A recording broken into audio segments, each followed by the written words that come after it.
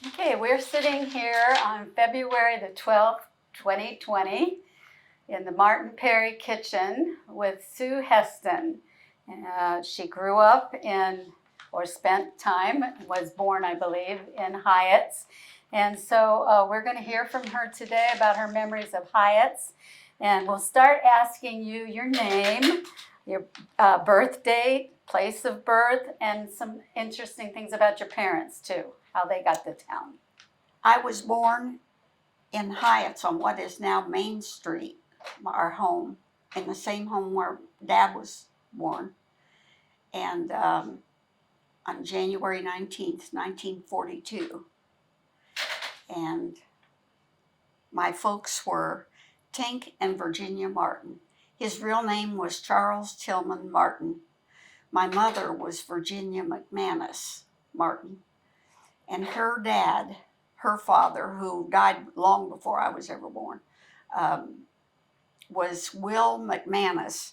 He was the school teacher in the little one-room school that sat where the current little clubhouse or whatever they call it, park, where the park is.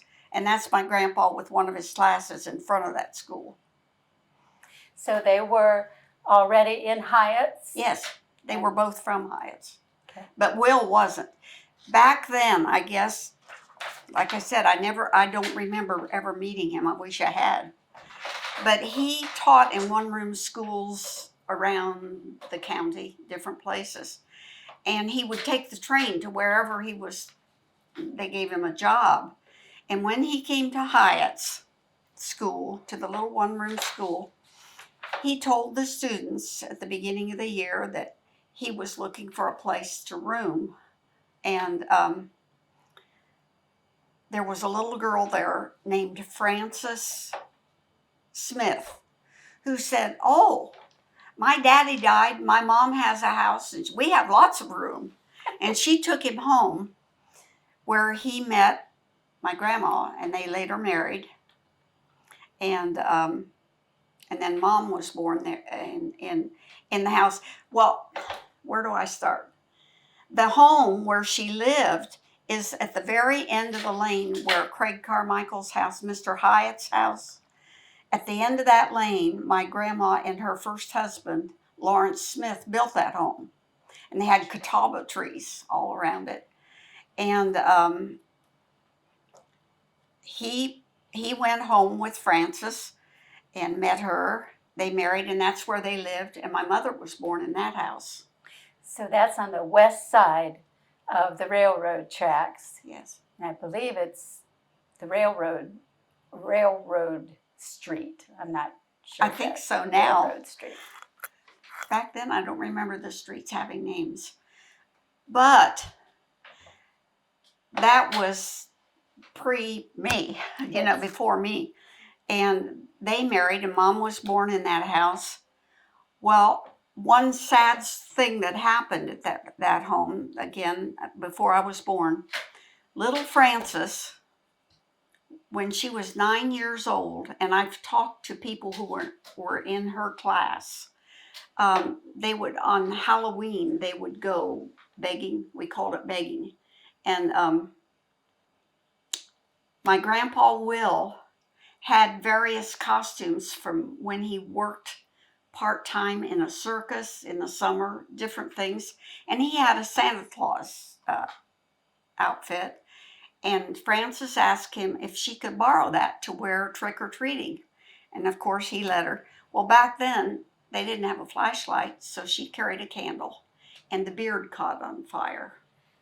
And she was home though, and I believe Will ran out the back door when that happened. He rolled her in a blanket or something. And she was only 9 years old. And then for months she suffered with gangrene poisoning. He used to carry her around on a pillow. Well, at that time, she lived, and they were expecting my mother at the time, and my mother was born in January of 1917. And this all happened in October of 1917 when Mom was just a little baby. And of course, they told her about that and everything. But it changed their lives forever. In fact, I have the diary of my grandmother's, and she's always saying, "Oh, dear, poor little Frances, how I miss her." But the Kermodes and different friends helped her through that. But the relationship with my grandpa and grandma was never the same after that either. And it wasn't his fault, but she just never got over the depression and the sadness of it all. Wow, that is sad. So that was your mother. My mother's father And mother. Yeah. And then Her name was Bessie. Okay. Elizabeth, I'm named after her. Gotcha. But I never knew her either because she died when Mom was only 13, I believe.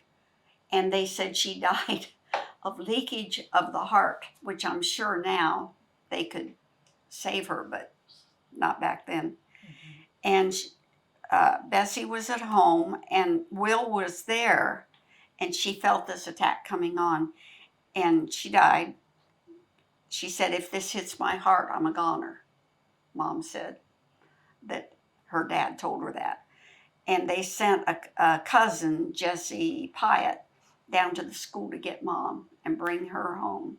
And another sad thing, you know. Yeah. Just Yeah. so there was tragedy there. And So what about your father? now Dad grew up in the house where we were born. He was born there too, with his mother and Dad were Hazel and Cecil Martin. And Cecil was a foreman on the railroad. A lot of people worked on the railroad then. The railroad station. Here it is. Here's the railroad station. And when Dad was 10 years old, his dad hired him. Dad worked from when he was 10 years old, and they allowed him, because he was intelligent enough, to go to school and start late in October, I believe. So he worked on the railroad all through his teenage years. Another sad thing in their home was when his dad was only 40 years old, in 1935, I believe it was. He had cancer, and he died at 40 years old. And my dad, every year on January 13th, was a sad day for him because he remembered his dad dying. He was very close to his dad, looked like his dad too. And so that's, he and Mom were in school together though. What house, do you know the address or the street that they were living on? It was the main, now let me think, is this the main street? Was this one right here? Okay. And we all had outhouses, you know, back there. I remember that. Ugh. Now wait a minute, there's Red Men Lodge. That has to be Red Men Lodge. Correct. Yeah. And there's the one-room school and the church. And we lived, it's not that house then, there was an alley through here. And we lived, it looks to me like it would be this house, this one or this one. But, it's hard for me to see. There were a lot of houses that weren't on the street. That's what I remember. On this alley right here was one of those old houses that had never been painted. They turned blackish or gray. And all the Hyatts were born in that house. And then a house back here between this street and the one over here, Ernie Webster had another house that was never painted. And we all just shared everything together, you know. He was a good friend of Dad's. But it was this house, I believe. And we had a big yard going over to that alleyway. There was a grocery store over here. If you come on down here, there was a grocery store close to the railroad. and Jessie Brown owned it. She had 2 sons, and later my dad, during World War II, bought it and ran the grocery store. So he learned to cut meat and all that. And I remember him talking a lot about bartering with people back then. They would bring something in and trade with him, eggs for a chicken or whatever. I don't know.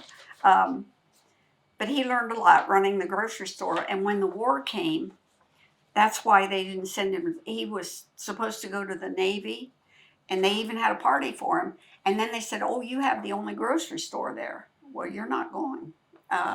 They need a grocery store in Hyatts. So that's what he ran for a while.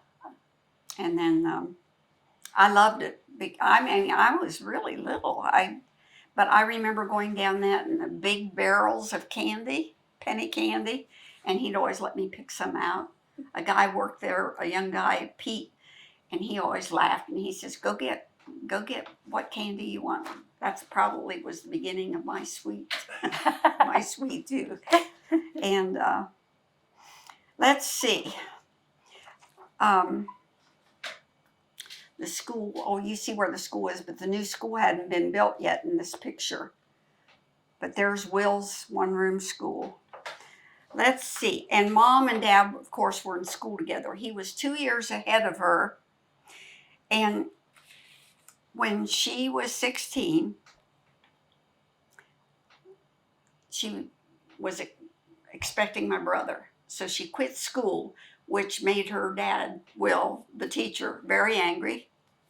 And he wasn't happy with Dad. And so the story goes. Here's another picture of the school with an old car in front. If I knew anything about cars, I could say what that is. This picture says Cecil Martin, 9/9/18. So, and then. When were they married? When were your parents married? Hazel, oh, my parents. Yeah. April 24th, 1933. Okay. Oh, I'm sorry. We were talking about the other couple, your grandparents, right? Oh, Will and Bessie. No, you were talking about your parents. Hazel and meeting in Cecil. school. Yeah. Your Hazel parents. and Cecil. You know, I don't remember what year they were married, but one story that all the kids have heard, and I love it. Whenever I drive down 315, she said, my grandmother used to tell me, she's the only one I remember of grandparents. My dad's mother, Hazel Pyatt. She was a Pyatt, Martin. And then she later married after he died at 40.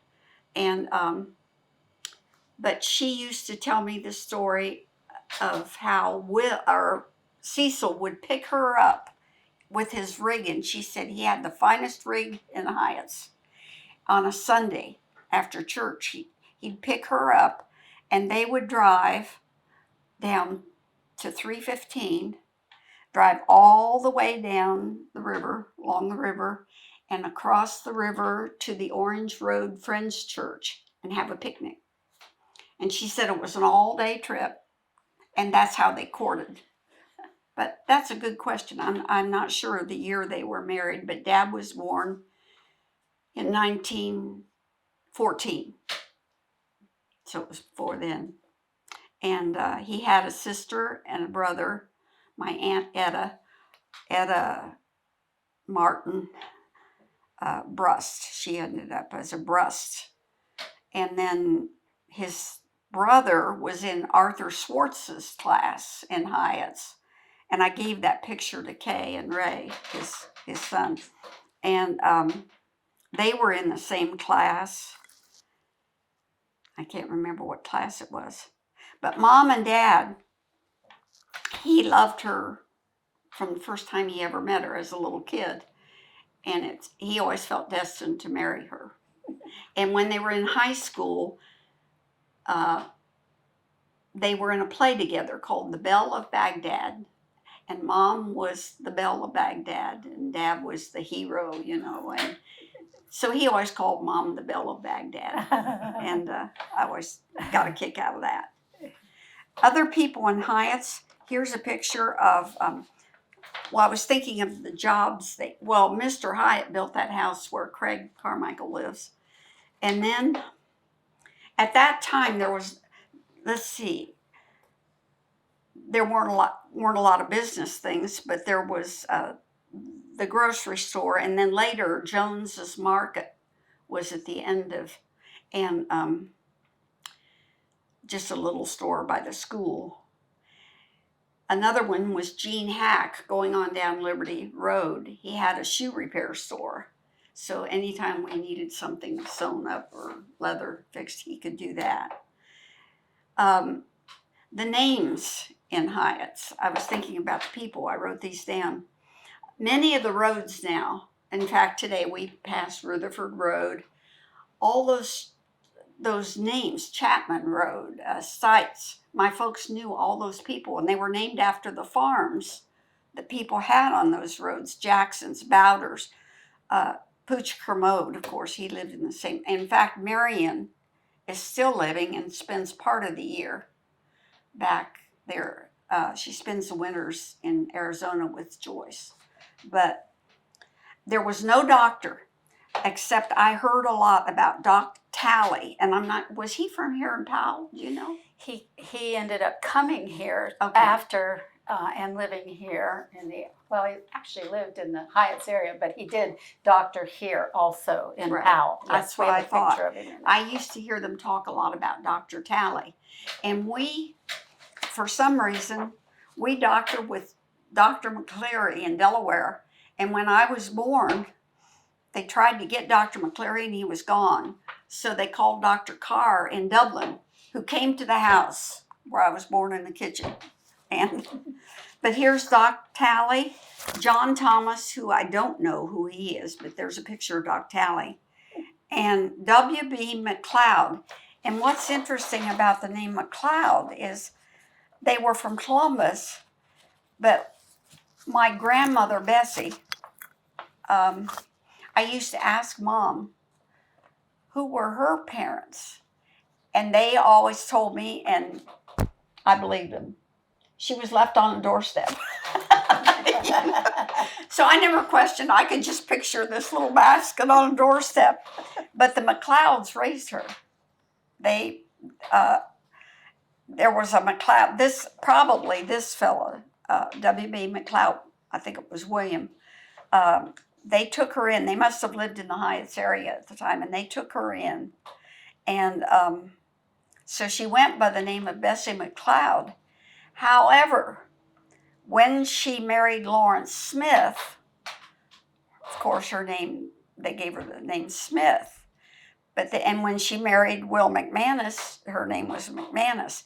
But I said, well, what was her original name, And I guess when she married Lawrence Smith, they said somebody told her, and I can't remember who told me, they told her her real name was Jones, which I have no clue where that comes from. As far as I know, she was left on a doorstep. And so here's another picture of the Hyatt School. And this is my grandmother right there, Bessie. Oh, Mom. The school at Hyatts, teacher Mrs. Knowles, Fred Hack, Gene Hack, Bessie McLeod, Joe Kermode was Pooch's dad. And I remember them. We called them Pop and Mom. They lived on the corner of, if we were here, if you go down to the corner where you follow the railroad around to go around the block, the Kermodes had the house on this corner. It was a pretty big house, and they were all born there. There were a lot of them. Pooch was just one of them. Betty, Lucille, Norma, and they all went to Hyatts School. And this is one of the classes, but I don't know which one. But Mom just wrote back here who they were. Jackie Pyatt, Harry and Pearl Pyatt. Pearl was my grandmother's sister. my other grandmother on Dad's side was Hazel Pyatt.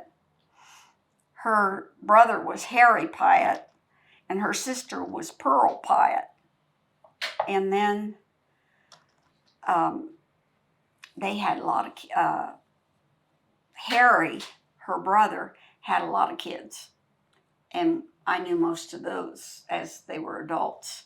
Jesse and Jackie and just a lot of, but many of them are gone now too. So. And that picture probably is several different classes Yes, in front of that. it looks like it, right? A lot of brothers and sisters, but not necessarily one year class. In fact, I wondered if you'd like to have this, the historical Of course society. we would. Thank you. Well, and Mrs. Knowles, at least we know her, the teacher. If you can remember that, that's my grandmother.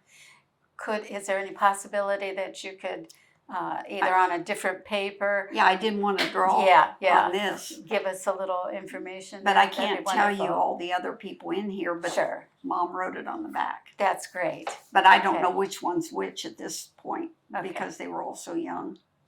Thank And you. I thought maybe you'd like to have that. We would. Thank you. I mean, it's just sitting in a box at my home. Here's someone colored this picture. This says, I don't know who colored it, but there's the same picture as I have of the school. And then this fellow, it says, Myrtlow Hill, been hunting.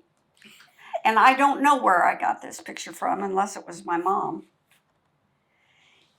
Here's another picture that says, Tink Martin is the 6th. Oh, it says Cecil Martin. So these pictures must have come from my grandmother, Hazel. This was Cecil. Tink Martin is the 6th from the right in the front row. So over here. And then this picture says Cecil Martin with the old car in there. I'd like to know what kind of a car that is there. But it's obviously back when the school was newer. And I want to keep the one with my grandpa. If you'd like to copy it, yeah. Sure. And my mom, it's a postcard. And my mom wrote here, Edith Barber is in the picture. And Wallace Keltner, who was a friend of Mom's. And Will McManus is the teacher because this, and Mom wrote, this was sent to me by Edith Barber or Mrs. Somebody, who was an Elliot from Ashley. Oh, she didn't know the year. But I'd like to keep that because it's a good one of my grandpa. I don't have many pictures of my grandpa. The other thing that I found extremely interesting, well, I'll share this one first. Every year, as they grew older, they began having Hyatts picnics at the park.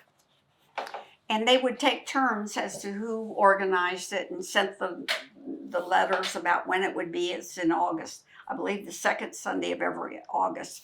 And even my daughter remembers going to those a lot. And they always had so much fun, especially if the old teachers would show up. They enjoyed that. There was one teacher that they all really loved. I remember Ruth Wonderly. And she married a Mr. Allen. And when she came, they were all so thrilled. And of course, Mom wanted her to meet her kids and all that. So that was fun. But one year when Mom and Dad were in charge of it, Mom had this roster of the Hyatts alumni and friends made up in 1974. And it starts with the class of 1918. And it lists the people that were in that class, I suppose senior. I looked through all the names, and there are, Hardin's, another road named after Hardin's, Rutherford's. It goes through from the class of 1918 clear through to 1956 when you went to Olentangy. And that's when Ray Swartz's class. But it goes, 1953, I think, or 54, Olentangy. Last to graduate was the 1953, you're right. Janet Bowder, Betty Chapman, Marilyn Harris, Jean Hack, and So there's the roster. I thought you might be interested in that too. Are you donating that or just Yeah. showing it? Well, thank you. I'd like to Yes. because Yes. at my house they're just in boxes. What good is that when people want, you know? Well, thank I you. took them one year, I think it was 3 years ago, that Betty Kermode Huff, who were close friends of Mom and Dad, her daughter, Susie, and I were just best friends. I call her my oldest best friend, but I'm a year older than her. But anyway, we knew each other since we were in high. And Joyce, she was in Joyce's age, Joyce Kermode, and she came up from North Carolina where they live, and she said, "We want to take Aunt Marion Kermode to the Hyatts picnic, and we want you to go." And I said, "Sounds like fun to me." So we picked up Marion, and we all went to the Hyatts picnic, and it was a blast. It was so much fun. And of course, a lot of the people are gone that used to go, but I'm finding their children, like Janet Bowder's son, still brings the meat and just things like that I was surprised at.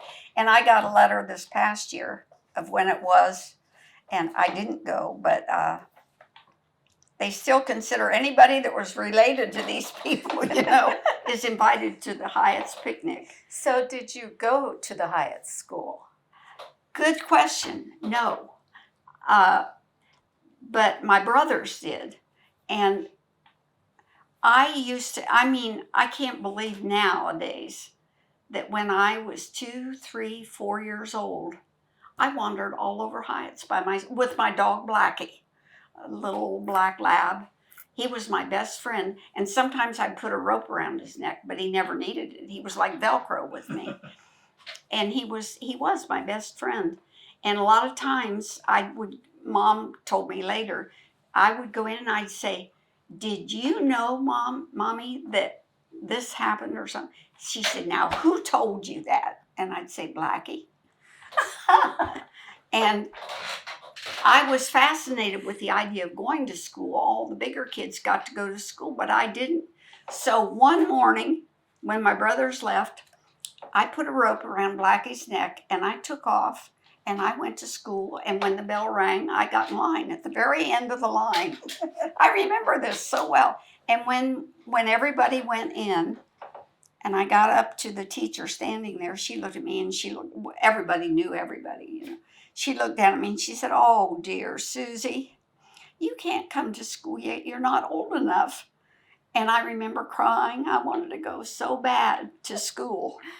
So Blackie and I wandered back home. And, I just felt so bad. I guess I did like school when I went through school. Maybe that's why I became a school teacher. I don't know. So where did you go to school?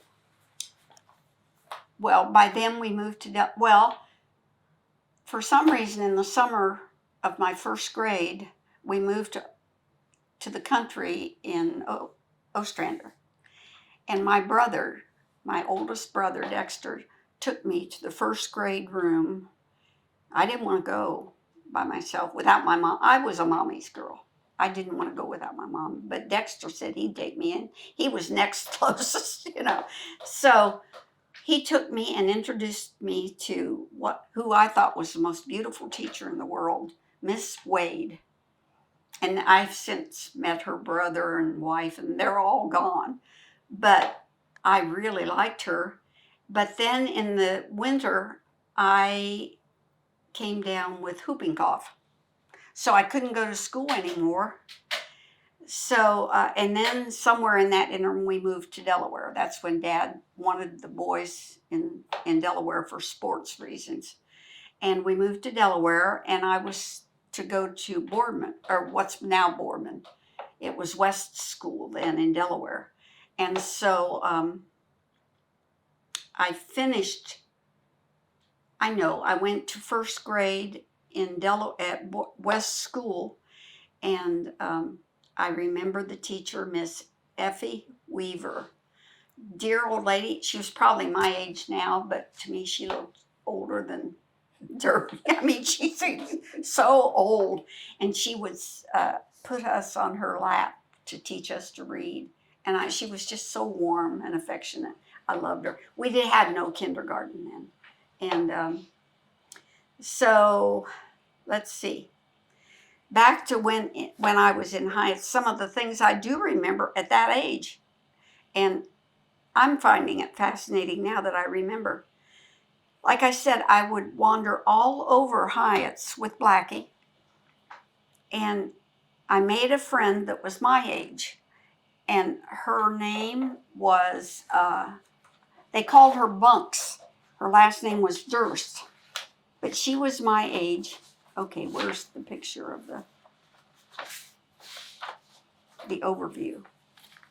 But anyway, they lived on that. I don't think their house is here. But they were right, let's see, Delaware's north.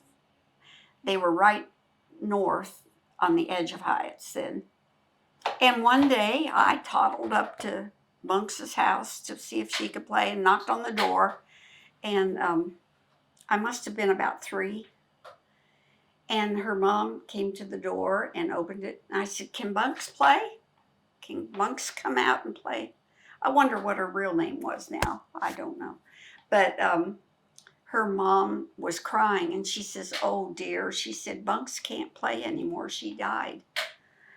And I remember thinking, what does that mean? So I went home and I went in and I asked Mommy, I said, "Mom, I can't play with Bunks anymore. She died." And Mom explained to me that she had pneumonia and that what death was. Just, my mom was a very calm person, just very matter of fact and calm. And she explained. And another incident with me was an older girl, Marilyn Brown, Jesse's daughter. Beautiful. To me, she was beautiful. Much older than me. She went to church every Sunday at the Hyatts church. And when she walked past our house, if I was there, she wondered if I'd like to go to Sunday school. And I'd go anywhere with her. I really would. I mean, I liked her so much. And so I went to Sunday school pretty often.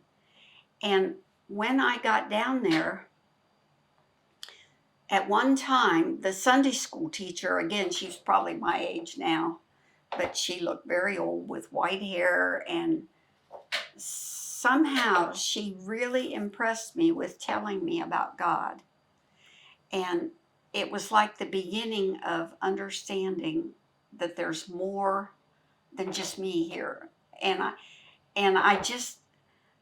I think when I get to heaven, I want to meet that Sunday school teacher because of what she planted in me. I remember thinking how wonderful God was. And then as I went to Sunday school, Mom would go sometimes. It was kind of an on and off thing. Dad never went. Mom was a member of the Epworth League, which was like an MYF group or something.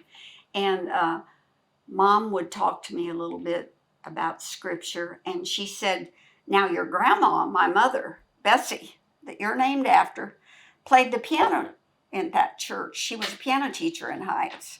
And she played the piano for that church for many, many weddings, funerals, things like that." And that impressed me too, because I wish I'd known her. And I often wonder how many of these experiences led on to my own life, on to my children's life. Because Sue is a wonderful pianist. Oh, well. Anyway, it just, in fact, today I was so inspired thinking about this in the shower. I went in and in my jewelry box, I got my mom's wedding ring. And this was Bessie's diamond ring from Will that Mom often wore. And I often think, if I'm going to something where my mom would have enjoyed, I like to wear these. Just, they make me feel good, I guess. That's sweet. But I just think about how all God did in guiding my life through the beginnings in that little church. And the older I get, the more I realize how these little things are important. And later on, my husband died just 4 years ago this month. And as he as we grew older, we became closer and closer and talked a lot more instead of arguing or anything. We laughed about a lot of things. And a person very important in his life was his granddad and grandmother over in Indiana. They were farmers, but his grandmother played the piano in their little country church, Richland Chapel. And I just gathered when we'd talk that she was a lot like my grandmother in some ways, and she loved him. And he didn't have all the love that I did growing up. His dad and mother divorced and so forth. And I was just reminded of thinking about it all, about coming here today, how much the prayers of grandmothers can mean in a child's life, because I saw it in my husband's life and I feel it in my life, because there were a lot of other experiences, but how those carried through. And he and I shared that before he died, and how much he loved his grandmother and she loved him. And I said, well, I have the funniest feeling that my grandmother prayed for all of us too. And that just means a lot to me. Absolutely. Let's see. Oh, I wrote here diversity. I felt like for such a small place that Hyatts was when I think about all the people, Claude Williamson, who was an attorney in Delaware, lived in Hyatts. It seemed like you didn't think about rich and poor or anything like that. We just all got along, liked each other. A lot of laughter. I remember my folks and other people playing cards a lot together, and a lot of laughter. And then there was Dave and Allie Bowder, who lived right next to our house. Again, here it is. Nope, I don't need it. I think Anyway, it's about the here it second is. one. Right next to us on this side were Dave and Allie Bowder. Now there's a huge modern 2-story home there. I don't know. But Dave and Allie lived in a little white frame house, and I just loved them. They were older. And Dave worked at Girls Industrial School then. That's what it was called. And if I was outside a lot. And when he'd go to work in the morning, he'd look at me and he'd say, now you be good or I'll have to take you to work with me. And I never wanted to go to work with him. And the other thing about them, I remember, they were just kind people. And I would wander around to the back, and if I saw Allie, the wife, I remember saying, and I can't believe I did this, I would say, my mommy said I could have lunch with you if you wanted me to. And she would often fix me a peanut butter sandwich or something. I don't know if she thought I was starving or what, but I liked her so much that I would just like to spend time with her. But I remember saying that, thinking there's nothing wrong with that. I mean, But and then my dad was a colorful character. In fact, his language was not so nice, but so I heard a lot of things that my mother would say now. I almost hate to relay this, but it's another incident. I remember I walked through Mom had some ladies there for something one day, and I walked in and said that somebody was a bastard. And my mom Dad used that word all the time. And my mom took me aside again and very quietly explained to me, now that's not a good word, that's a bad word, you don't use that. I said, well, Daddy does. Well, you just don't repeat stuff like that. And I'll never forget that. She didn't get angry or whip me or anything like that, like a lot of people did, back then you could paddle kids. In fact, I remember my brothers Mom would get a switch off the tree, and that hurt their legs, I think. But I never got paddled much, I guess.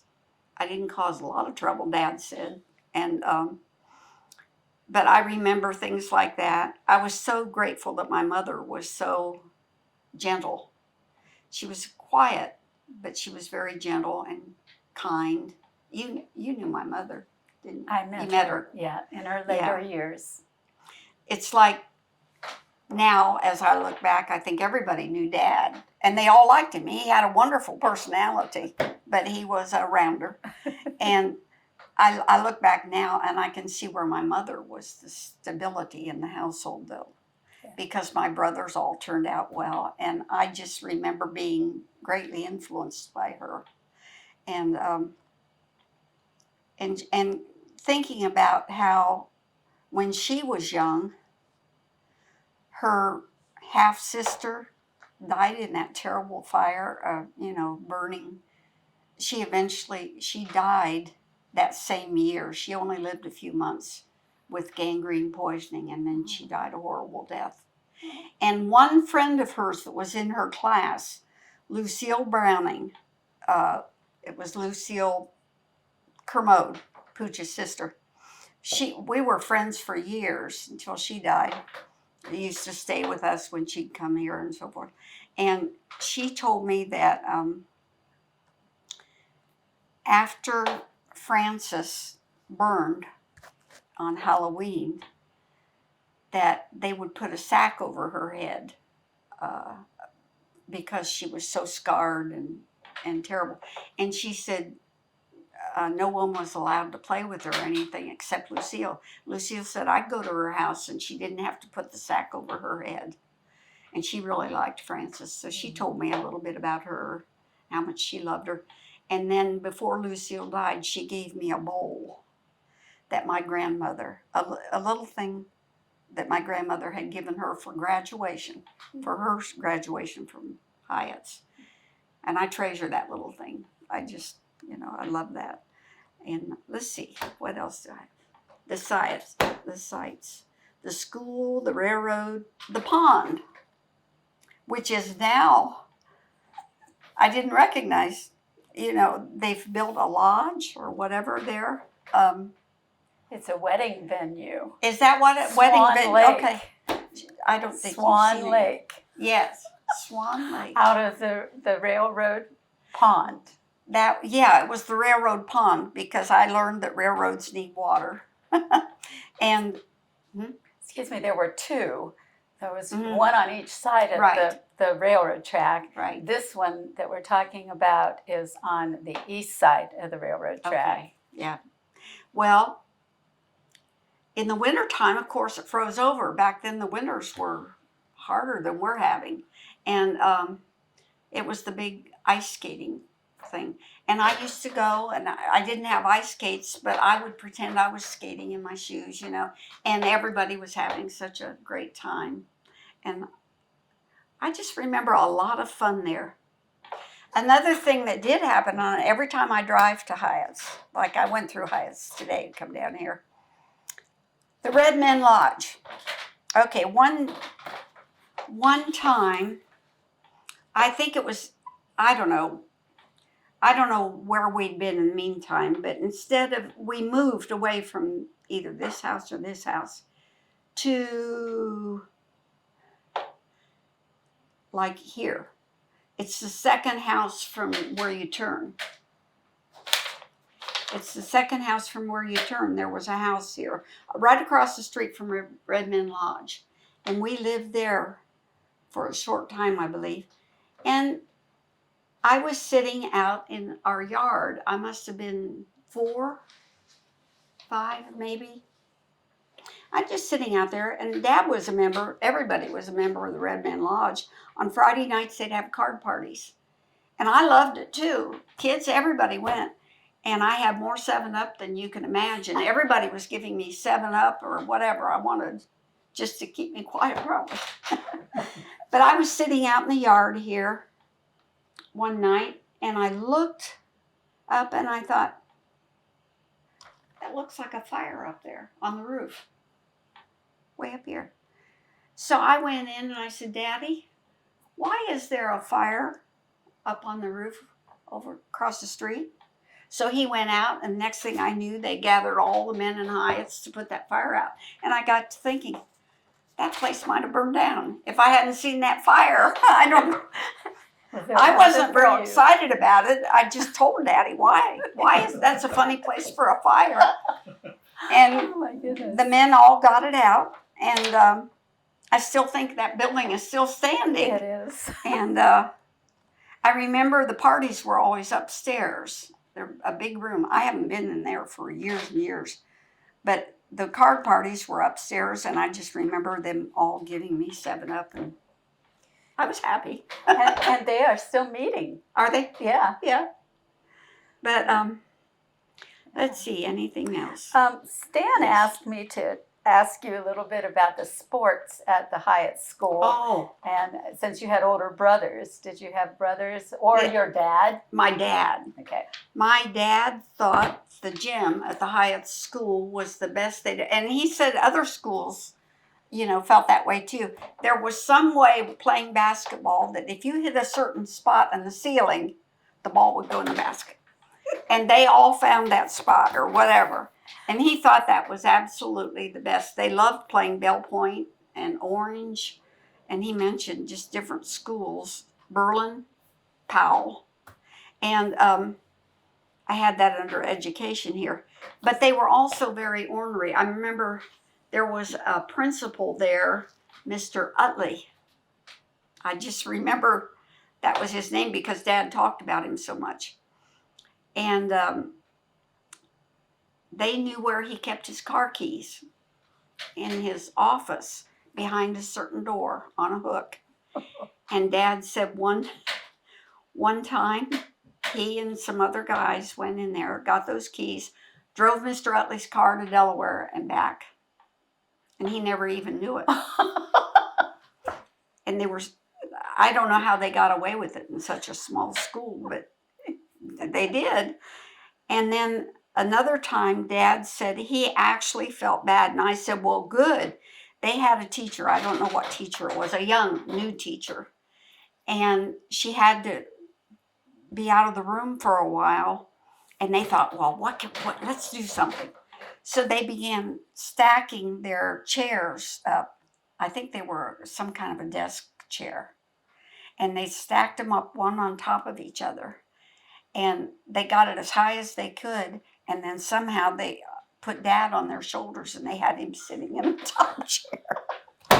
Is this the wooden desks with the seats attached? I don't know.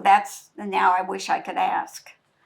But when she came back in the room, she looked and there's Dad sitting up at the top of these chairs. And instead of laughing, which it wasn't funny to her at all, she was having a hard time, I guess, as a new teacher. She broke down in tears. And Dad said, I never felt so bad in my life. He felt so sorry for her because they didn't mean to do that to her. But they thought it was funny. And I often thought as a teacher in later years, I wouldn't find that too funny either. But let's see, anything else? The railroad memories. You talked about the pond being a playground area, and who did you say worked for the railroad? My grandfather. My grandfather was a foreman on the railroad, and at 10 years old, he let Dad work. My dad was very muscular. He had later became a boxer, so he was very muscular and strong, and he enjoyed working on the railroad, and so his dad let him work, and they cleared it with the school that he wouldn't start until later in the year because he could handle it and so forth. One thing I do remember too is a lot of the farmers brought their cattle to load at the station there. And at our house here, they would drive like a herd of cattle down. Okay, where's there? It was either this house or this house. They would drive the cattle here and down this road to the station here.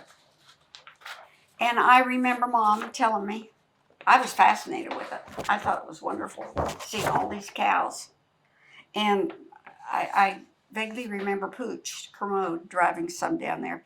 And Mom would say, now, I don't remember seeing her get upset about much, But she told me, she said, now you stay on the porch because you don't want to get run over by those cows. And I would sit on the porch and I loved watching them herd those cows down the road to the station here where they loaded them on trains. And in this picture of the railroad station, these are hard to find pictures. I don't know if that's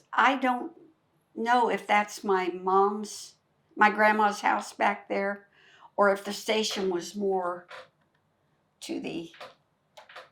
toward the intersection there. Her house was that last one on the lane, and it's still there. And so I'm not sure exactly. After Mom and Dad married in 1933, though, Dad's mom, his dad had died, but his mom still lived in the house where we were born. So Mom and Dad moved in to Bessie's house down here that was hers. And my brothers, before I was born, when they were going to Hyatts school, I think it was 1929.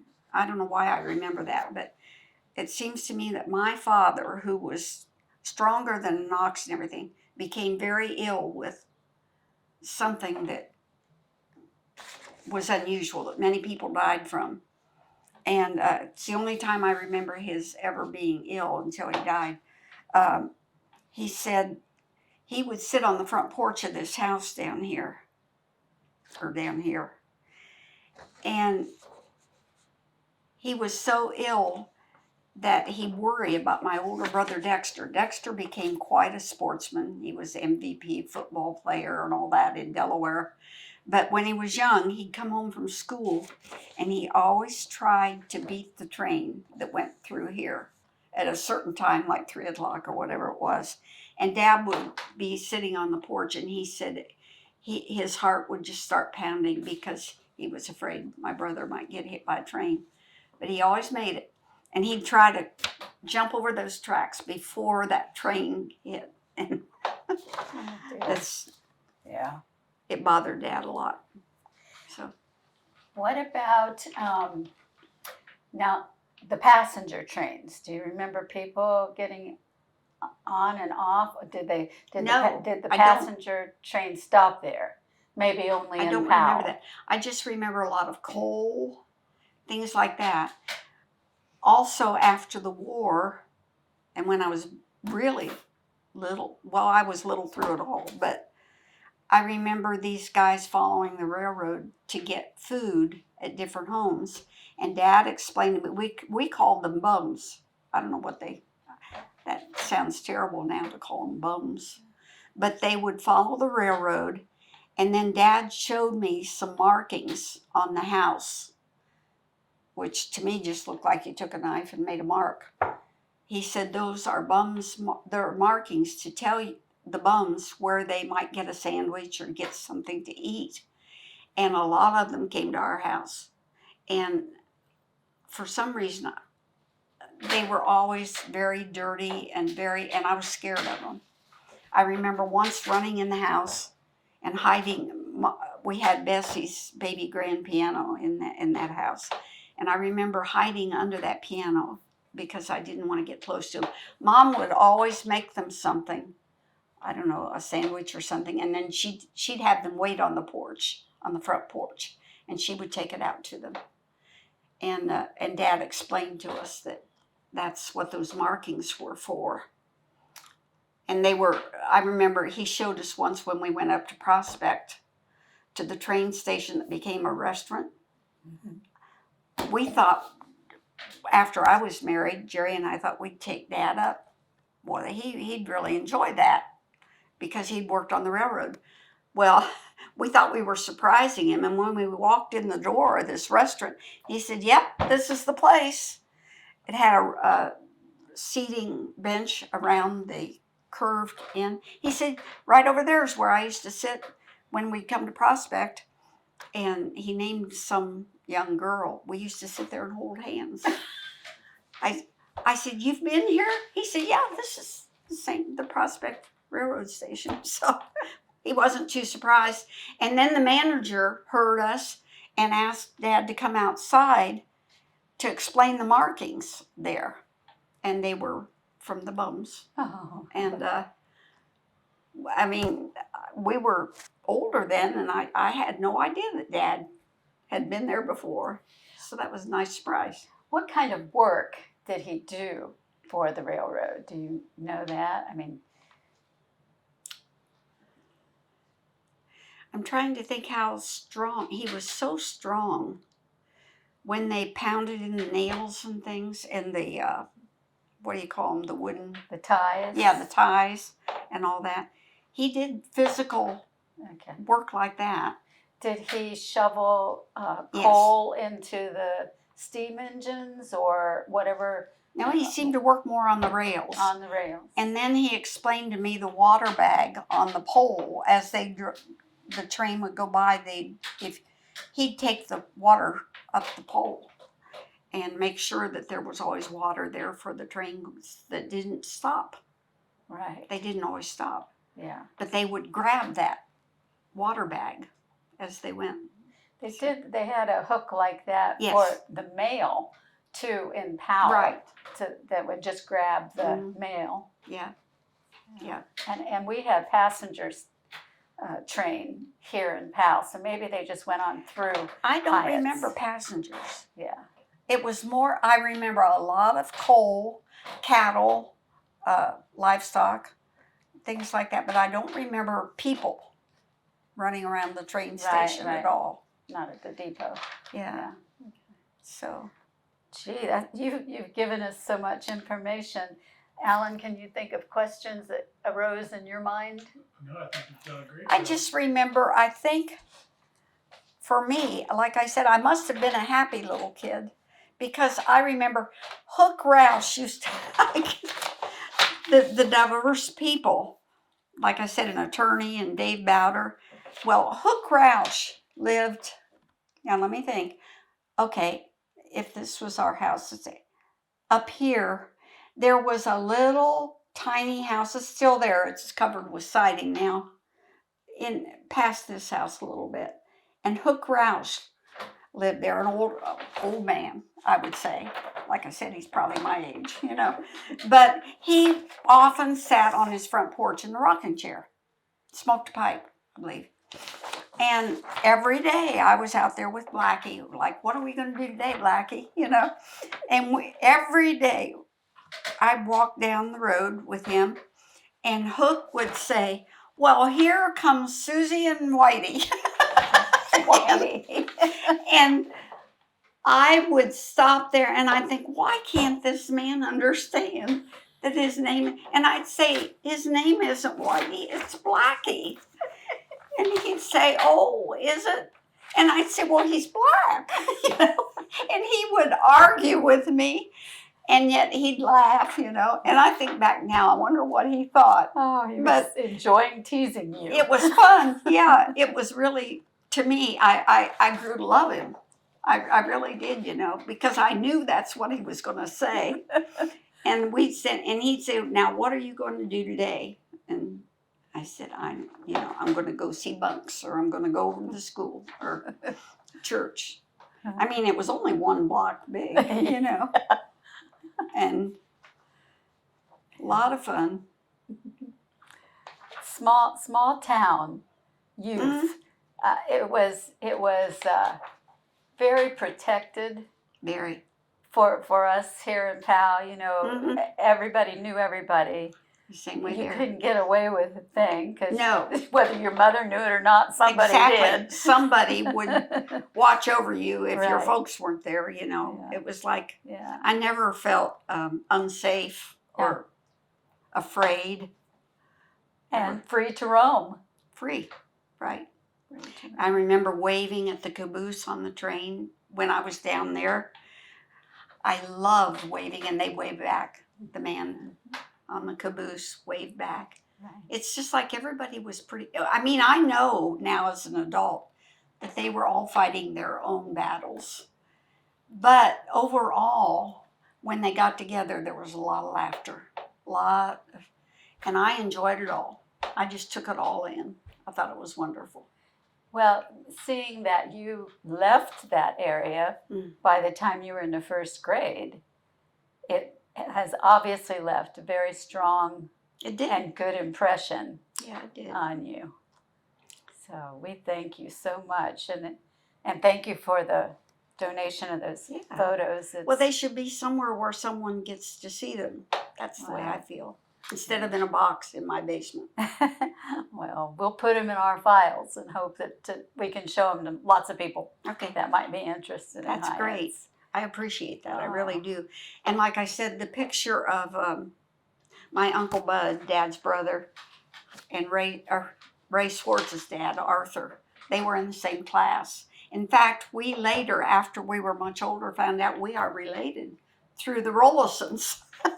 No doubt. And my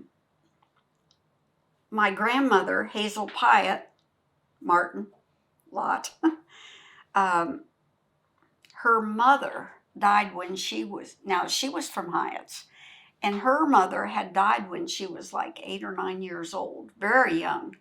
And her dad, Charles Hyatt, farmed her out to help people that needed housekeeping. And her mother was Susie Rollison. I know where they're buried at Oak Grove and so forth. And that's how we're related to the Swartzes, because Arthur's mother was a Rollison. And somehow in there we're related. And so I call Ray my cousin. Anybody that's related is a cousin to me. So but we're all related through Adam, sooner or later. Exactly. Sooner or later. But it's fun to chart those things. It is. And when I met Jerry, I met him while working out west. I was telling him, you would have thought Hyatts was utopia. I explained to him that, there's pooch and cork and mutt and tink. And he said, do these people have real names? And I said, I don't know. It's pooch and cork and mutt. And later I found out what their real names were. And Marion Kermode to this day refers to Robert. He was always Robert to her. Yes. I said, he's pooch to everybody else. That's right. That's right. So, Mom and Pop Kermode. It just, and like you said, everyone knew everyone. Now there were some people that I remember my dad and different ones thought were not as friendly. One guy named Wimpy. And I thought, why would you call anybody? That was his nickname, Wimpy. Probably for Popeye. It might be, I don't know. Dunlap was their name, Bernadine and Russell Dunlap. And Dad used to be like a peacekeeper. If anybody lost their temper, Wimpy used to get mad at the kids when they would do things, get in his yard or something. And Dad was always the peacemaker. He'd go out and talk with them. Now, come on, these are kids. Do you remember when you were a kid? And he would talk them out of whatever they were angry about. So I don't remember a lot of anger or anything like that. So that's about it. But all the Hyatts, a lot of them, their heritage are still around. I don't know if you know Bob Hyatt. Bob and Donnie's a photographer. Right. I See, do know them. Their dad was Mutt. Somehow I never associated them with Hyatts, though. Oh, I didn't realize that was. And their dad, George, was his real name. I found out. Mutt. We always called him Mutt. But he began working for a logging company. He'd drive a truck piled with logs. And one day something was wrong under the truck, and he crawled under there to fix it, and a log from on top fell on his back. And he was paraplegic from the rest of his life. And Bobby and Donnie, Bob, in fact, I keep calling him Bobby, and last time he said, it's Robert to you. I said, Bobby and Donnie and Joanne, they have a sister. And we became good friends as well as cousins. So, but each one had his own story to tell. Right. But they all liked each other pretty much. Well, Hyatts has remained a fairly small area, but it's going to grow. Oh, And this yes. new Swan Lake yes. development, and with I wish I still had the house there. and the Hyatts Middle School, Mhm. you know, that's Right. that whole area is going to change. It for is. sure. Yeah. But Sawmill Road is coming. yeah, Columbus coming right, closer and closer. right. But Parkway. I feel personally, I just am grateful for what I do remember and the experiences I had that put me on the path. And I think it just means a lot to me. It shows. Yeah. It shows. And Julie, you get to hear all these stories, and She's probably heard them all well, because Dad loved to tell stories. And he would. drive through. We always drive through. Well, yeah. When my kids were born, and we'd go, you go down Liberty Road a lot Sure. to go places, and I think Andy believed me. Whenever we get to Redman's Lodge, the car always turns right and goes around the block. And I told Andy, he says, "Why do you do that?" And I said, "I don't know. The car just knows that when you get there, you turn right and go around the block." For years and years, we did that. visit the old haunts. Yeah, right. And Julie has it. We couldn't find it somewhere. I have the best picture of my mother in a yellow shirt and everything, with her leaning up against a tree with her mom's house that they had built in the background. And I wish I could find that. It was a good picture.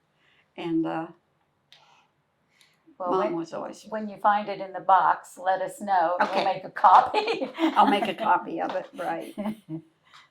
So I thought it was a wonderful place for me when I was little. And then when we moved to Delaware, we still frequently went down to visit friends. Alice and Ward Bowder.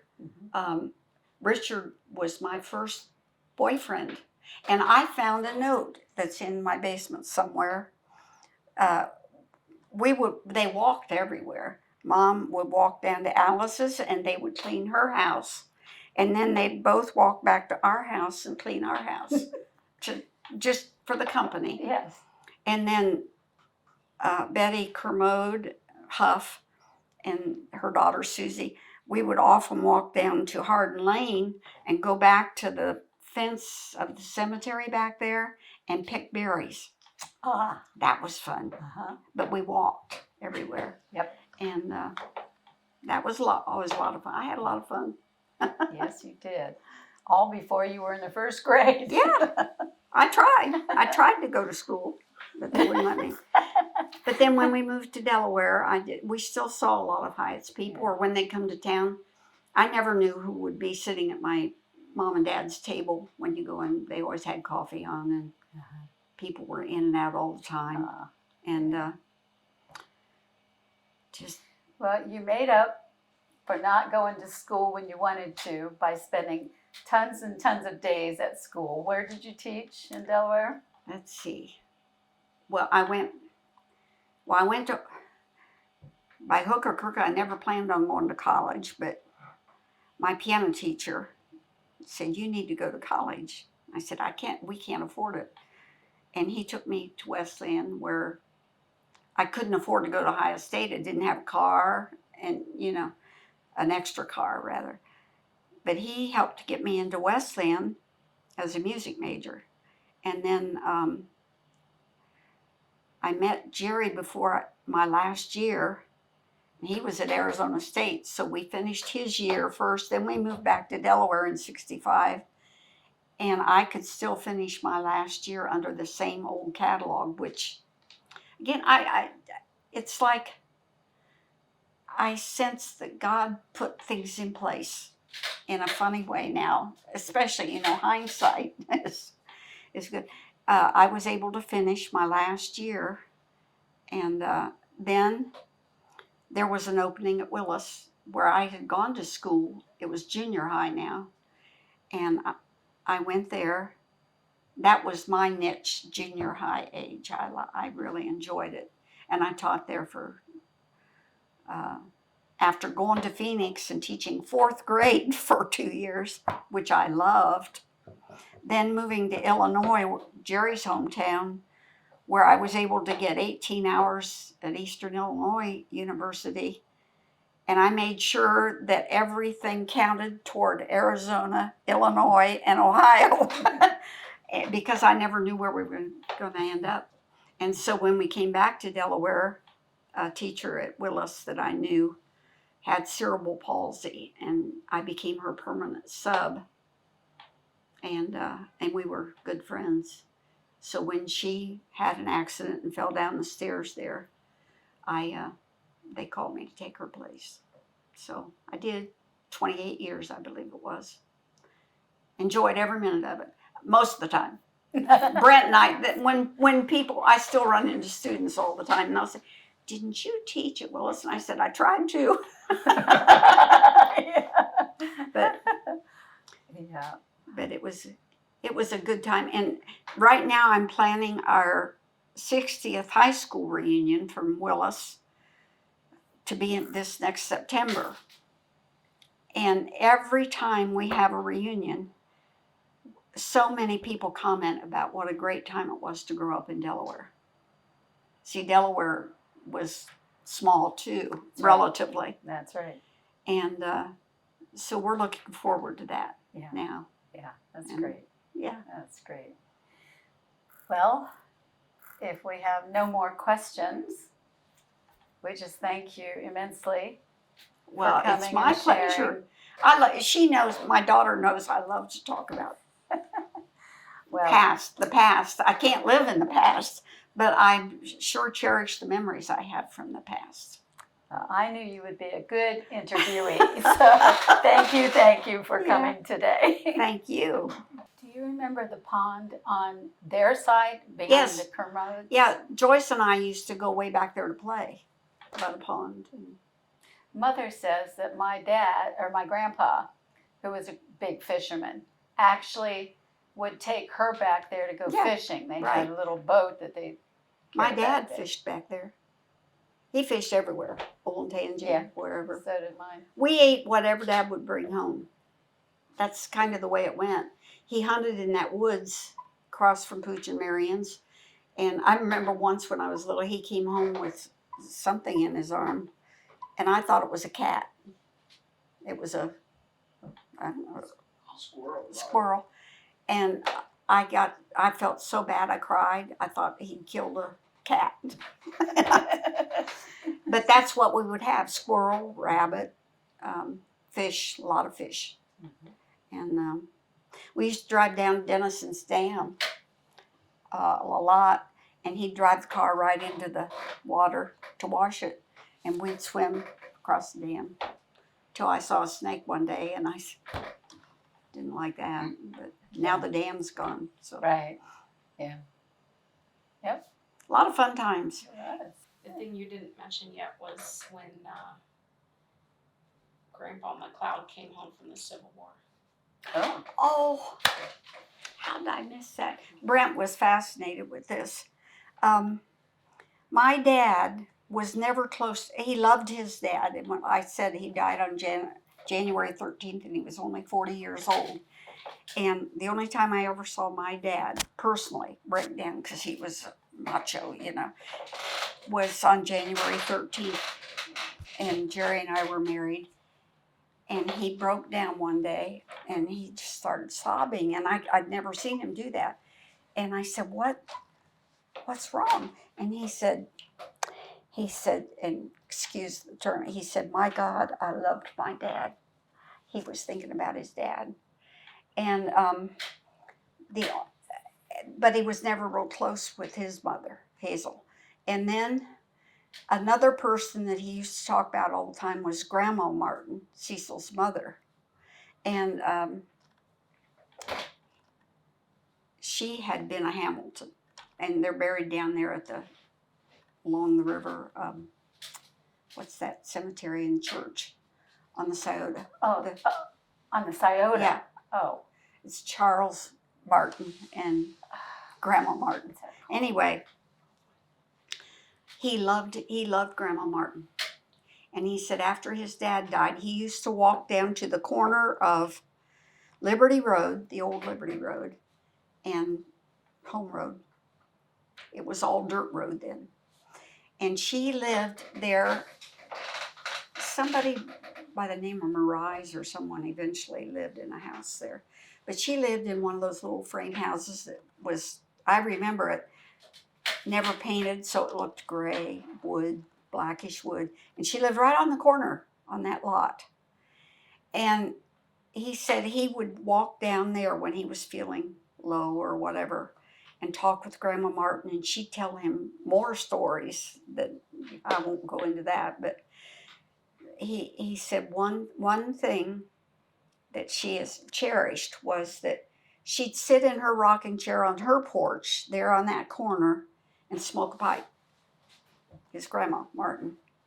And one day, long before Dad was ever born, Home Road was a dirt road coming from like where 23 is, and so forth.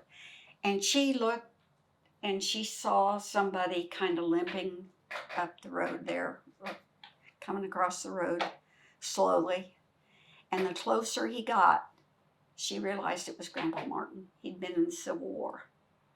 And she told Dad about that, how it was the most precious moment of her life, that he was coming home from the Civil War. And that's where he came home to. But he didn't live long after that.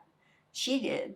And they're both buried in a big monument there at what's the name of that cemetery? Liberty Presbyterian? Mm-hmm. Well, that's at Home Road and 315. No. Aller? Was it Aller? Aller Cemetery. They're buried there. Charles and Grandma Martin. But Dad said that Grandmother Martin told him that when she saw Grandpa Martin walking down that road, it was the most important time of her life. Did she even know that he was still alive? No. She knew when she saw him. Yeah. And he didn't live much longer, but I think he was much older than her too. But he was in the Civil War. And it was all dirt roads then. Mm-hmm. But Grandma Martin would sit on the porch and tell Dad stories, like she believed in, she'd hear death bells. She'd say, well, somebody died last night. The bells, I heard 42 bells or something. So somebody 42 died. She'd tell him a lot of things like that. And Dad believed in nature and They heard death toll bells. Death toll Well, bells. you know, even as a girl, when I was a girl here in Powell, they would ring the bell for each year of the life of the departed. I remember hearing Powell Methodist Church's bell ringing for certain people. Mm-hmm. Yeah, they did that then. Maybe that's what she heard. I don't know. She's the one that told him, and I didn't know this till my mom was very ill, and I was back in her bedroom, and this redbird flew and hit the window, and Dad said, oh, don't tell your mom. And I'm thinking, what? Why? He said, that's a death sign of death. There were things about my dad that I remember when I tried to question him several times, he would say, some things are better left unspoken. And he was, when he was young, he was a rounder. I mean, that's what the pastor said in his service. I thought, that's a good word. He drank, he smoked, he was wilder than could be. But he had a good heart. I don't know how to explain that. He had such a good heart toward people. When he worked on the railroad, and this is one story I will share that's, I think he'd like to have changed it. But when he worked on the railroad, from 10 years old, he was with a lot of tough guys.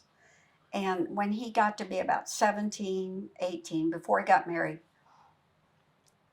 he was so muscular and tough. And they found out he could box well. In fact, he used to, when my two brothers would argue or fight, he bought them boxing gloves and said, go out in the yard and solve it, you know. Well, he became quite a boxer, and the trains went to Toledo. Well, they had a boxing ring up there that was well known among everybody. And they got him into boxing up in Toledo when he was still a teenager. And evidently he was really good. He was like a lightweight champion or something like that, because he was short but tough. And one day,